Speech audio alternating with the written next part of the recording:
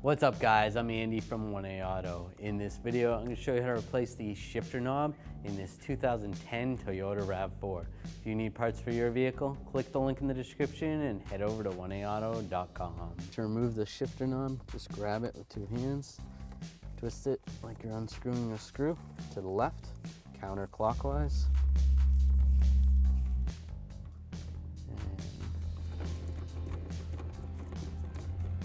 It's all the way unscrewed, pull it off.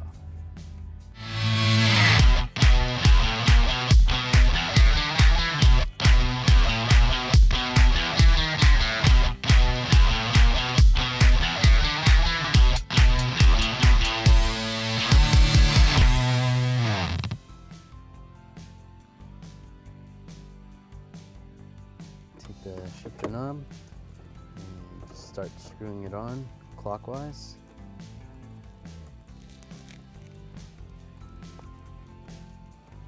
It's gonna get tighter, and once it feels pretty snug, just go a little bit further and make sure it lines up with how it came off.